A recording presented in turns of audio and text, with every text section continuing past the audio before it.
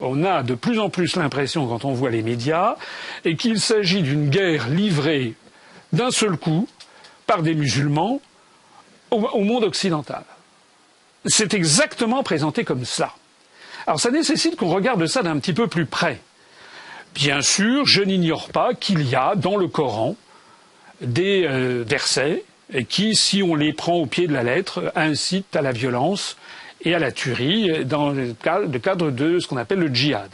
Je ne l'ignore pas, j'ai donné, quand j'étais plus jeune, j'ai donné des cours en fac ou dans des grandes écoles où je présentais les grandes civilisations du monde et où je parlais notamment du Coran.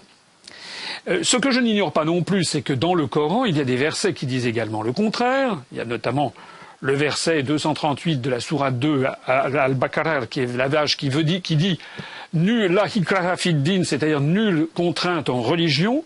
Donc on peut trouver dans le Coran des versets qui poussent au crime et des versets qui poussent au contraire à une religion de paix. Je n'ignore pas non plus que c'est également ce que l'on trouve dans la Bible, notamment dans l'Ancien Testament et dans la Torah. Il suffit de lire le Lévitique ou le Deutéronome pour voir qu'il y a dans la Bible, et il y a également des appels à la lapidation de la femme adultère, par exemple, et des appels au meurtre. Seulement voilà, les religions sont une chose, et puis l'application que les hommes en font en est une autre. Or actuellement, s'il y a effectivement un problème dans le monde musulman, c'est parce que il y a un pays, l'Arabie Saoudite, pour ne pas le nommer, qui depuis le XIXe siècle, avec le soutien constant des États-Unis d'Amérique, pousse à une lecture ultralittérale, le régime wahhabite, et avec également les salafistes qui sont derrière, pousse à une lecture ultralittérale du Coran, que ne partagent pas 90% du monde musulman. Voilà la situation. J'ajoute que le tueur de cette affaire se révèle être à l'examen quelqu'un qui mangeait du porc, qui buvait de l'alcool, qui avait, paraît-il, une sexualité débridée, donc qui ne respectait pas le ramadan, qui ne se rendait pas à la mosquée, donc qui, en fait, n'était pas musulman. Alors, aux dernières nouvelles, il paraît que il s'était radicalisé dans les 3 semaines ou les 15 jours précédant la tuerie. Mais qu'est-ce que ça veut dire ? Nous avons affaire à des gens il y a 16 musulmans qui sont morts dans cet attentat, et puis il y a un assassin qui est là, qui, lui, n'a pas une pratique musulmane, semble-t-il, et qui est mis en avant pour faire croire au peuple français qu'en fait la France serait attaquée par l'islam. Alors moi je voudrais être très clair sur cette affaire parce que un vent mauvais s'est levé sur notre pays. Maintenant, on ne peut plus écouter quelque information que ce soit sans qu'on ait des prophètes de malheur qui nous expliquent que la France va vers la guerre civile, que la France serait attaquée, que la France serait en guerre. J'ai lu des déclarations insensées de la part de prétendus responsables politiques de niveau national qui demandent quasiment l'ouverture de camps de concentration, quasiment un flicage généralisé de toute la population, comme si d'ailleurs ce qui est pratiqué sous l'état d'urgence s'était révélé efficace, ce qui n'est pas le cas. Je rappelle que ça fait quand même que nous sommes sous l'effet de l'état d'urgence depuis le mois de novembre de l'année dernière. Donc on a affaire en réalité à une classe politique qui a perdu la tête, au premier rang de laquelle le président de la République française et le Premier ministre, qui ont totalement failli à leur tâche, à nos compatriotes de confession musulmane, comme d'ailleurs à nos compatriotes de toutes les autres confessions, que la République française ne connaît pas le communautarisme, que la République française ne connaît que des citoyens. Il faut évidemment, en ces temps où la France est menacée, prendre des mesures autrement plus sérieuses que ce qui a été fait. On reste confondu par tant d'amateurisme. Quoi ? Voilà des milliers et des milliers de personnes qui étaient sur la promenade des Anglais, à Nice, et voilà qu'un quidam a réussi à se faufiler, si j'ose dire, avec un camion de 19 tonnes. Il n'y avait pas de chevaux de frise, il n'y avait pas de contrôle, il n'y avait pas des plombs en béton que l'on pouvait mettre pour sécuriser toute cette zone. L'affaire reste d'ailleurs extrêmement peu claire parce qu'on n'a toujours pas bien compris comment ce camion avait réussi à se faufiler jusqu'à cet endroit. De ces excellences que sont le président de la République, le Premier ministre ou M. Macron, parce qu'à chaque fois que les ministres sortent, il faut des dizaines et des centaines parfois de policiers pour protéger leur auguste personne, alors que finalement à Nice, il y avait finalement moins de policiers pour peut-être 20 ou 30 000 personnes massées sur la promenade des Anglais. Mais maintenant, il y a quelque chose de beaucoup plus grave encore, qui est la présentation générale qui est faite de cette affaire. On présente cette affaire, je ne l'invente pas, d'ailleurs il suffit de lire, c'est ce que M. Sarkozy nous a dit. M. Sarkozy a dit « Nous sommes en guerre. Maintenant, plus jamais, rien ne sera comme avant. » Il a même osé dire que de 2002 à 2011, du temps où il était aux affaires, c'est-à-dire au ministère de l'Intérieur ou à la présidence de la République, il n'y avait jamais eu le moindre attentat, ce qui est totalement faux. Il y a eu plusieurs attentats, un attentat contre l'ambassade d'Indonésie, un attentat contre le préfet du Jura. En 2012, il y a eu rien moins que l'affaire Mohamed Merah, etc., etc. Mais nous avons donc des responsables politiques qui disent que nous sommes en guerre, que la France est attaquée. Monsieur Valls se claironne. À qui veut l'entendre que de toute façon il y aura d'autres victimes? C'est du jamais vu. Les Français n'ont pas élu un président de la République pour que le chef du gouvernement qu'il nomme ensuite explique aux Français que de toute façon il ne peut rien pour eux, que de toute façon il paraît qu'on le dit aux enfants des écoles maintenant il va falloir vivre avec le terrorisme et que de toute façon eh bien il y aura d'autres victimes.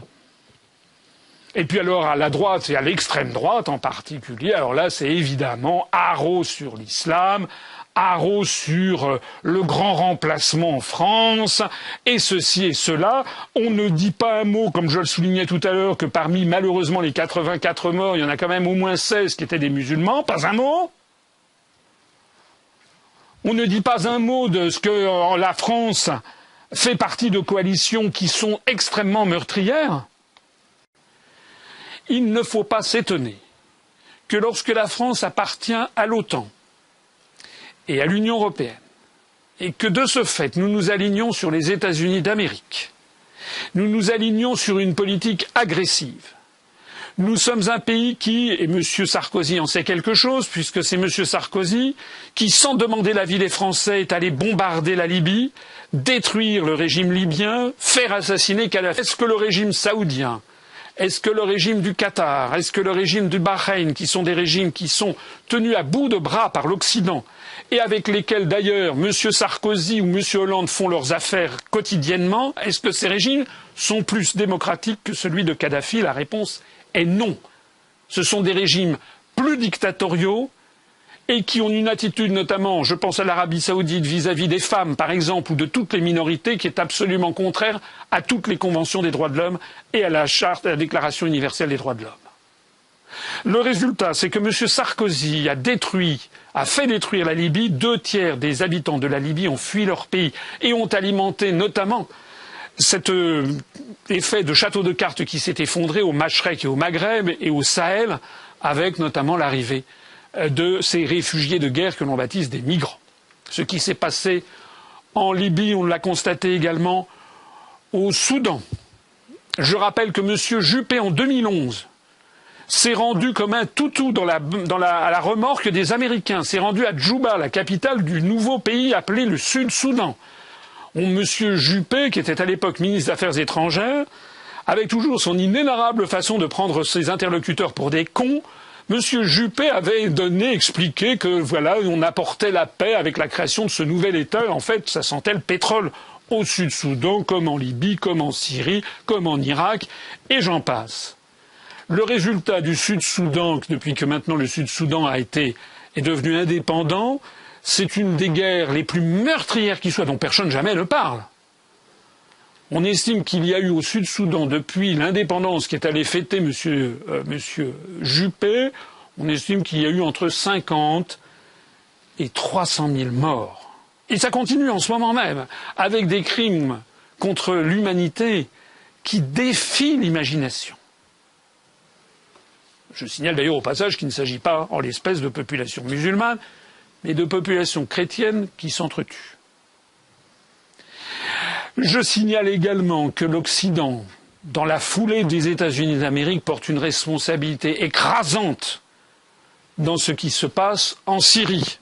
Je rappelle que l'origine du problème syrien vient tout simplement du fait qu'il devait y avoir un pipeline qui devait relier le Qatar à la Turquie pour expédier du gaz vers l'Europe de l'Ouest et ainsi contourner l'approvisionnement russe.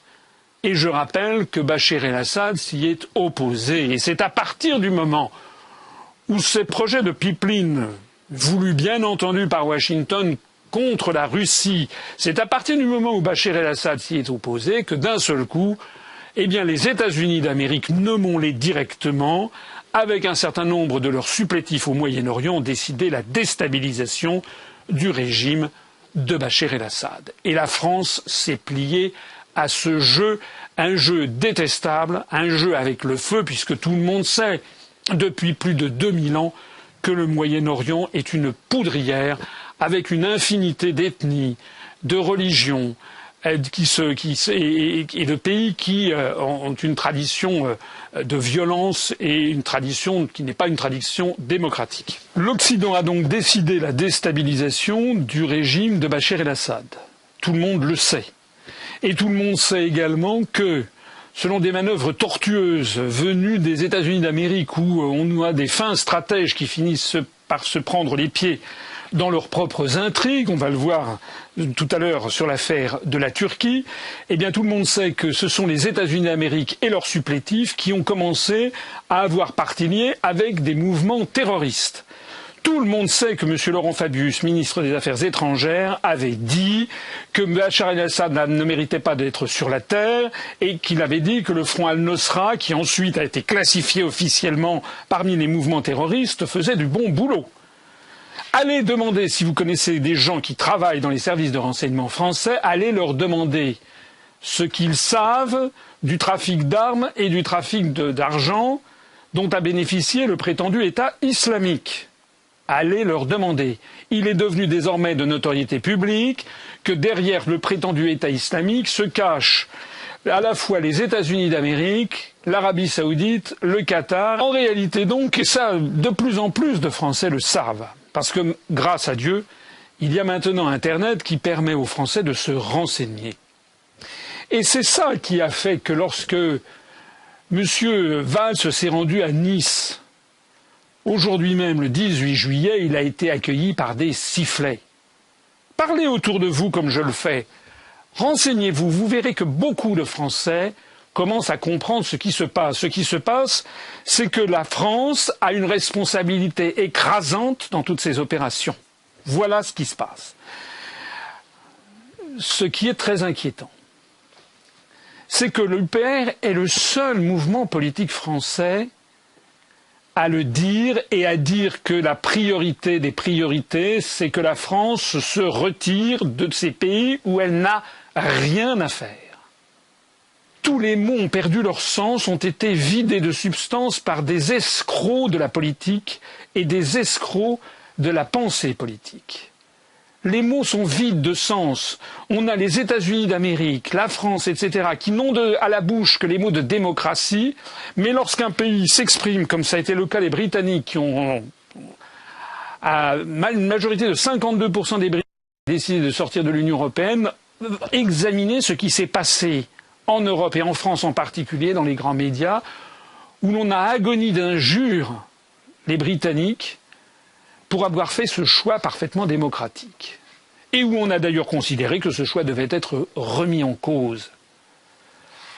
On a mis en ligne, on a fait circuler, on a contribué à faire circuler à ce propos les déclarations de Madame Ségolène Royal à la BBC où Madame Ségolène Royal est présentée comme une femme très dangereuse. Nous ne ferons pas l'erreur de David Cameron, rassurez-vous. Nous n'allons pas faire de référendum pour la sortie de la France de l'Union européenne, ça je puis vous l'affirmer.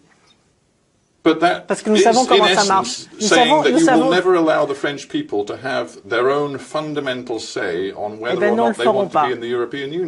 le ferons pas. En tout cas, les responsables politiques qui sont. Non, nous croyons à la démocratie, mais nous croyons aux bonnes questions par rapport aux bonnes réponses. Parce que la bonne question, ça n'aurait pas été est-ce que vous êtes... Well, I don't think it's democracy if you only think one answer is right and the other is completely unacceptable. Je vais vous expliquer. La bonne question, c'est pas de savoir oui ou non ce que vous voulez sortir pour l'Europe, parce qu'à ce moment-là, les gens votent pour autre chose. Ils votent pour changer de gouvernement, ils votent parce qu'ils ont compris qu'ils sont instrumentalisés dans un vote, etc. La bonne question, c'est quelle Europe voulez-vous ? Est-ce que vous voulez une Europe qui s'occupe de ceci? Est-ce que vous voulez une Europe qui s'occupe de cela? Est-ce que vous voulez une Europe approfondie? Est-ce que vous voulez une Europe qui s'engage sur telle et telle valeur? Là, ça aurait un sens. Donc, là, à ce moment-là, on peut faire des débats démocratiques au sein d'un pays pour savoir ce que veulent les citoyens par rapport à... Madame Ségolène Royal, avec un mépris de classe, avec quelque chose qui est révulsant. Mais qui est cette dame pour décider que les Français n'ont pas le droit à la parole? Qui est-elle, Madame Royal? Elle n'est que le mandataire du peuple français, comme M. Hollande et comme M. Valls, et comme M. Sarkozy et comme M. Juppé. C'est tout ceci mis bout à bout qui mène au sentiment que vive le peuple français, mais aussi le peuple britannique, le peuple allemand, le peuple américain, qui est que tout a été verrouillé par une oligarchie impitoyable qui a mis la main sur le pouvoir politique, le pouvoir économique, et qui force petit à petit le peuple français, par exemple, à s'accommoder d'un retour à un esclavage des temps modernes, où l'on fera voler en éclats tout ce que nos parents, nos grands-parents, nos arrière-grands-parents avaient obtenu. Je m'adresse ici aux plus jeunes. Quel est le monde dans lequel veulent nous enfoncer les euro-atlantistes, un monde où il n'y aura plus aucune loi que la loi de la jungle, où on pourra jeter quelqu'un à tout moment parce qu'il n'est plus assez productif. J'ai déjà eu l'occasion d'en parler. Un monde où en France, il y a plus de 20% des jeunes qui sont au chômage. Et je ne tiens encore que les comptes avec un chômage tout à fait des chiffres officiels.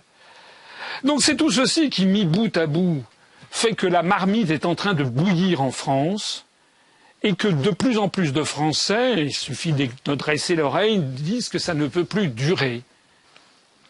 Je rappelle d'ailleurs au passage, parce que les gens ne le savent pas, que le nombre de morts qui a été commis par les Américains et leurs alliés européens en Irak, en Afghanistan et au Pakistan, c'est 1,3 million de morts civiles minimum, selon les estimations les plus fiables et les plus sérieuses. 1 300 000 civils.